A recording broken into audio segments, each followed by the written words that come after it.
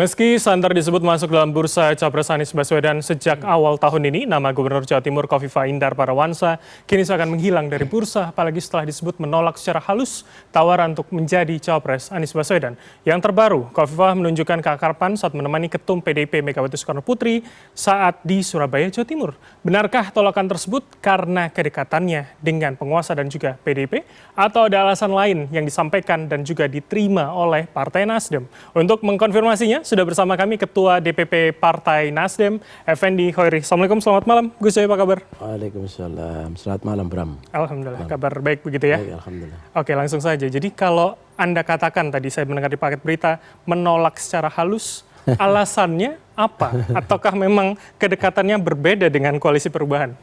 Istilah saya sebetulnya persisnya adalah tidak ada progres. Jadi sudah Yang berusaha positif. dihubungi begitu? Sehingga itu kita anggap, Mbak Khofifa tidak tertarik. Ya. Oke. Tapi begini, saya ingin memberi penjelasan secara umum. Mengapa Koalisi Perubahan ini harus mencari figur calon wakil presiden yang bisa melengkapi kekurangan dan bisa memberi kekuatan tambahan untuk Mas Anies sebagai calon presiden. Dan itu di Jawa Timur? Bentar. Nah, kenapa itu penting? Karena Mas Anies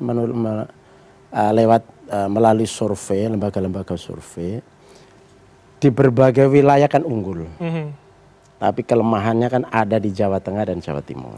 Gitu kan? Jawa Timur. Dan Jawa Tengah, Jawa Timur itu adalah penduduk termasuk terbesar selain Jawa Barat. Nah, penduduk terbesar di situ mayoritas adalah warga Nahdliyin. Gitu ya, warga Nahdliyin. Nah, oleh karena itu maka siapa figur, dari mana figur yang bisa melengkapi,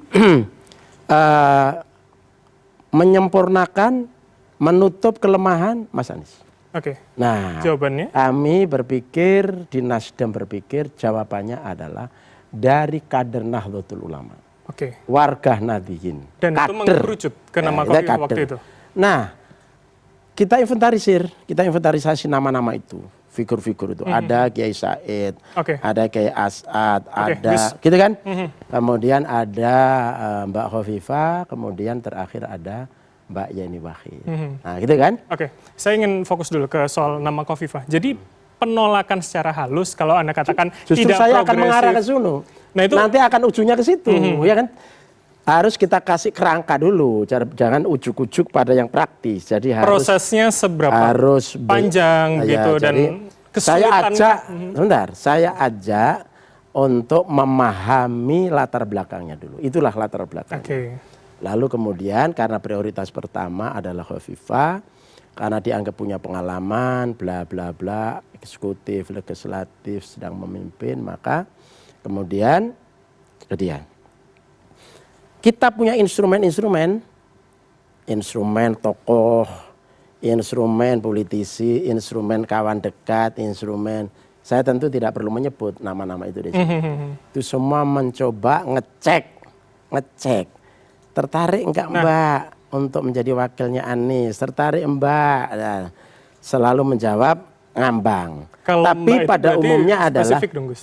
Kalau Anda menyebut Mbak tadi kan artinya spesifik begitu ya? Iya dong. Mau nggak jadi kira-kira begitulah. Ini kira-kira ya kan saya narasikan seperti itu. Nah, jawaban pada umumnya yang kami dengar dari pihak-pihak yang pernah kontak langsung apa tidak langsung, orang kedua apa ketiga, begitu kan? Itu satu, saya ingin fokus Jawa Timur, kan? Yang kedua, komentarnya positif. Jadi misalnya, ya respon tentang atau komentar tentang figur-figur capres dia baik-baik aja. Dengan Pak Anies juga baik, dengan yang lain baik. Jadi itu. Pak Ngapunten, saya potong. Tapi kalau kemudian rasanya terlalu sulit begitu, jadi artinya sudah langsung komunikasi dengan Bu Khofifa atau kemudian orang-orang layer-layernya itu tadi? Ya itu tadi saya sebut tadi. kita kan ini kan seni dalam berpolitik kan begitu. Kadang kita tidak perlu langsung begini, kan? Kita ngayun dulu, kita lihat kondisinya dulu, kan begitu kan? Tapi ada kesulitan nggak maksud saya untuk bisa langsung menembus ke beliau? Loh, tadi sudah saya ceritakan. Orang-orang yang komunikasi itu tadi kan karena sudah ada kesepakatan bersama, sudah ada frame bersama, kemudian siapa yang bergerak dengan waktu sesuai dengan kondisi dan situasi, gitu kan? Itu kan sudah dilakukan. Nah, kesimpulan kami sementara ini adalah tidak ada progres yang positif untuk mendampingi Mas Anies. Oleh karena itu kemudian kami melangkah untuk bertemu dengan tokoh NU lainnya. Dengan Kiai Said sudah, ya kan?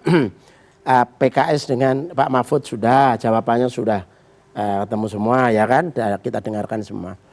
Sekarang kemudian ke Mbak Yeni Wahid, salah satu kader NU yang sangat potensial, dari darahnya, dari relasinya, dari kapasitas pribadinya. Kelemahannya hanya dua saja, tidak pernah pengalaman di legislatif maupun eksekutif. Dan itu jawabannya aja, sama kan? Dengan Bu Khofifah, mengambang Enggak. Mbak Yeni Wahid. Kalau Mbak Yeni punya respon yang lebih jelas, yang positif, ya, bahwa dia cocok sama Mas Anies. Mas Anies adalah intelektual, orang yang baik, punya integritas baik, sejarahnya jelas, nasionalis, ya, moralnya terjaga. Baik. Nah, itu responnya baik sekali. Oke, Gus, saya ingin fokus di soal nama Bu Khofifah begitu. Ketika rasanya dari cerita Anda sulit sekali ditemui, ditembus, dan jawabannya Maaf, saya klarifikasi, bukan sulit, tapi sudah ada yang nembus. Tapi ada respon balik dari Bu Khofifah Loh, untuk tadi itu saya ceritakan tadi. karena mengambang begitu artinya maksudnya.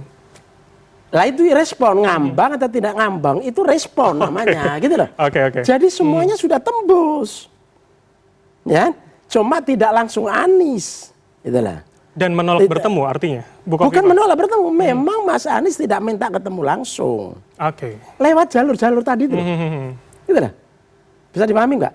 Jadi kami ini sekali lagi sudah tembus lewat berbagai jalur. Kenapa kok tidak langsung? Di dalam politik itu, ya, itu kadang tidak perlu langsung direct. Ada yang direct, kita lihat responnya seperti apa.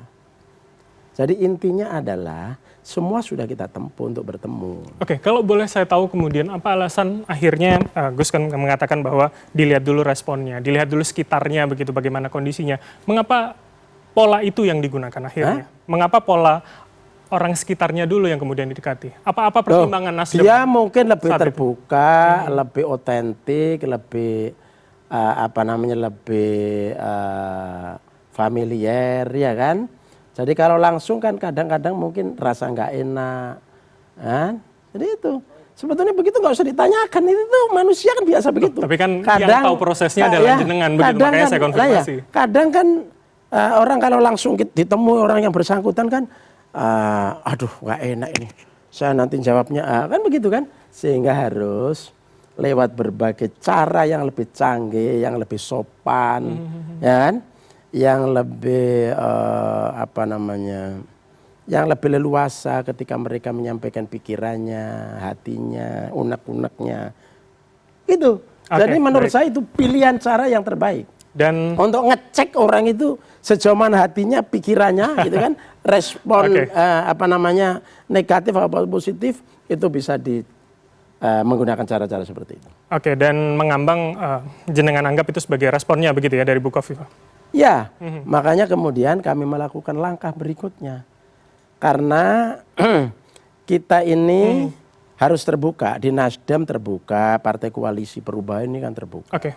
Jadi pikiran dari berbagai pihak itu ditampung. Berarti kalau terakhir kemudian saya mengutip Pak Anies mengatakan paling tidak ada kriteria baru yang disebutkan soal tidak bermasalah dengan hukum, calon yang berani, ini kan artinya apakah itu menutup dari paling tidak list yang jenengan sebutkan tadi soal tokoh-tokoh Jawa Timur?